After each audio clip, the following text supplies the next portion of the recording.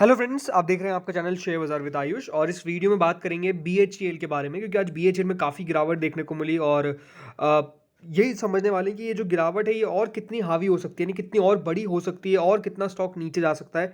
ये दोस्तों हम इस वीडियो में समझने वाले हैं। तो वैसे तो दोस्तों जो आज शेयर है वो ऑलमोस्ट ₹7.75 से ज़्यादा कमज़ोर होता हुआ नजर आया और 6.19% का फॉल देखने को मिला है।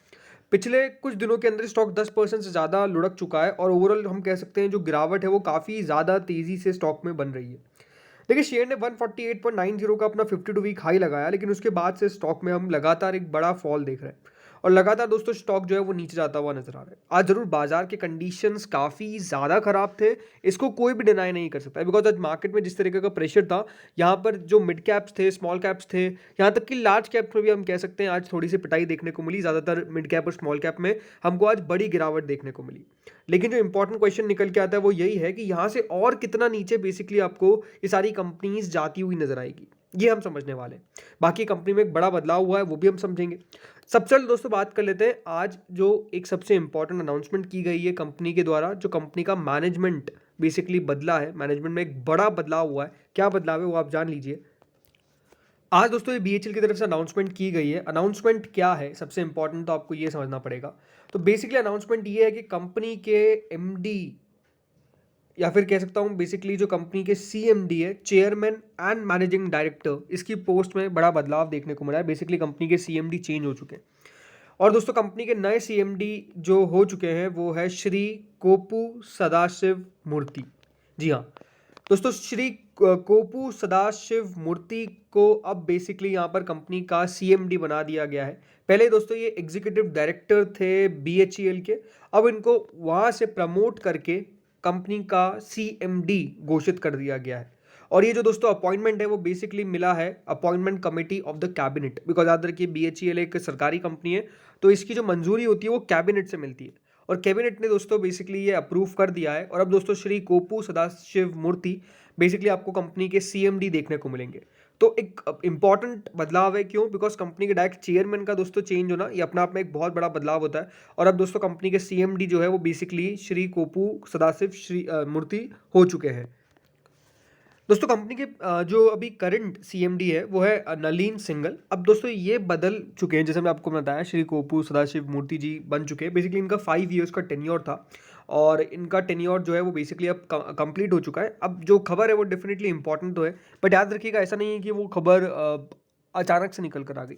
बेसिकली ये अनाउंसमेंट पहले ही कर दी गई थी कि चेंजेस होंगे, लेकिन अब ये कि अप्रूवल मिल चुका है। और पहले इसके जो इंटरव्यू हुए थे उसमें ज़्यादा नहीं 2 लोगों की इंटरव्यू किए गए थे और उसमें अब चेंजेस हो चुके हैं। लेकिन हाँ ये ज़रूर है कि दोस्तों अब जो कंपनी चलेगी वो बेसिकली आपको नए सीएमडी चलाते हुए नजर आएंगे और डेफिनेटली उनके कह सकते हैं गाइडेंस के अंदर कंपनी कितना ग्रो कर पाती है ये देखना काफ़ी दिलचस्प होगा। बिकॉज याद रखिए जब भी दोस्तों कंपनी के मैनेजमेंट में कोई बड़ा बदलाव होता है तो उस पर बाजार का रिएक्शन आता है। Let's see Monday, sorry Monday नहीं, लेट्स सी वेडनेसडे को कितना बड़ा चेंज आपको स्टॉक की प्राइस में देखने को मिलता है। वैसे तो अगर कोई गिरावट देखने को मिलती है, बहुत बार ऐसा भी होता है कि गिरावट भी देखने को मिले, बट मैं ये कह सकता हूँ कि देखिए ऐसा नहीं है कि ये खबर आज निकल के आई है। खबर ज़रूर अपॉइंटमेंट आज हुआ है, लेकिन ऐसा नहीं है कि बाजार को पता नहीं था। पता तो था बाजार को कि चेंज होने वाला है, तो उस समय बाजार को ऐसा कोई खास रिएक्शन नहीं था।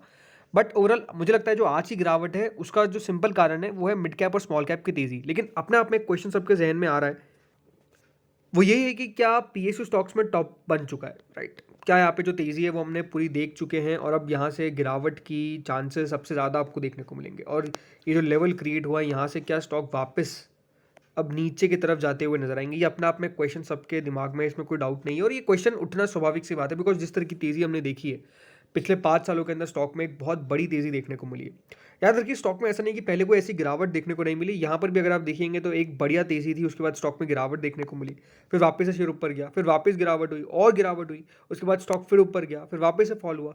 तो बीएचएल में ऐसा देखने को मिला है हाल फिलहाल में कि स्टॉक में काफ़ी बार गिरावट देखने को मिली, उसके बाद स्टॉक ने अच्छा तेज़ी दिखाई है। ये कि बाजार जिस तरीके से रिएक्शन देगा, बाजार जिस तरीके से कारोबार करेगा, वो ज़्यादा मैटर करता है। बट याद रखिए जो पीएसयू कंपनीज है इनके ऊपर सरकार की स्पेंडिंग काफ़ी है, राइट? सरकार डेफिनेटली पैसा खर्च कर रही है, पीएसयूज में पैसा आता हुआ नजर आ रहा है। और याद रखिए बीएचएल जिस सेक्टर से बिलोंग करती है या फिर हम कह सकते हैं जिस इंडस्ट्रीज़ में काम करती है बीएचईएल। अगर आप बीएचईएल देखेंगे तो डेफिनेटली जो कंपनी इंडस्ट्रीज़ को बिलोंग करती है इसमें एरोस्पेस है, डिफेंस है, इलेक्ट्रिकल इक्विपमेंट है, बैटरी मैन्युफैक्चरिंग है, फोर्जिंग है, लोकोमोटिव है, nuclear power, rail transport, hydro power, thermal power station, renewables, इन सब जगह दोस्तों कंपनी का प्रेजेंस है। और आई थिंक ये सारी जो बिजनेसेस है वो डेफिनेटली अभी ग्रो कर रहे हैं, और आई थिंक यहाँ पर इन फ्यूचर डेफिनेटली और ग्रोथ आने की पूरी पूरी संभावना है।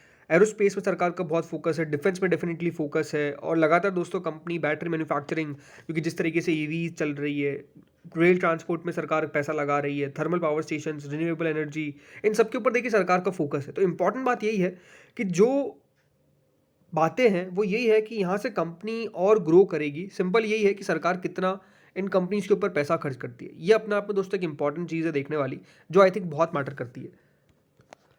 और आई थिंक जिस तरीके का अंदाज़ा है पूरे ब्रोकिंग फर्म्स का, बड़ी बड़ी फर्म्स का, वो यही है कि गवर्नमेंट जिस तरीके से पैसा खर्च कर रही है और इंडिया जिस तरीके से ग्रो कर रहा है, ऑलमोस्ट 6.5 से 6.8% दिस फिस्कल, इस पर गवर्नमेंट स्पेंडिंग का भी बहुत फोकस रहा है।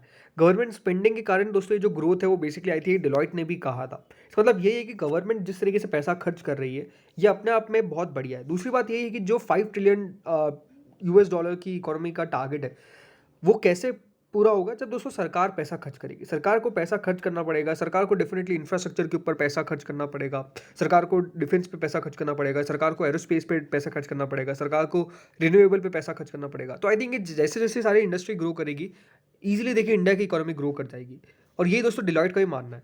तो आई थिंक ये ज़रूर है कि आने वाले सालों के अंदर सरकार का पैसा जो खर्च होगा वो इन कंपनीज़ को ऊपर लेके जाएगा। लेकिन अब इंपॉर्टेंट क्या है, अगर बीएचईएल को टेक्निकली नहीं, अब फंडामेंटली बात करते हैं, फंडामेंटली अगर देखा जाए तो बीएचईएल के नंबर्स में हमेशा दोस्तों जो दिक्कत रही है वो है कंसिस्टेंसी। कंपनी का रेवेन्यू कभी बहुत ज़्यादा आ जाता है, कभी कंपनी का रेवेन्यू बहुत कम आ जाता है। कंपनी का अगर आप प्रॉफिट देखेंगे तो प्रॉफिट किसी क्वार्टर में आता है, किसी क्वार्टर में नहीं आता है। जैसे कि कंपनी ने हाल ही में जो जून का क्वार्टर आया था उसमें 344 करोड़ का लॉस रिपोर्ट किया था।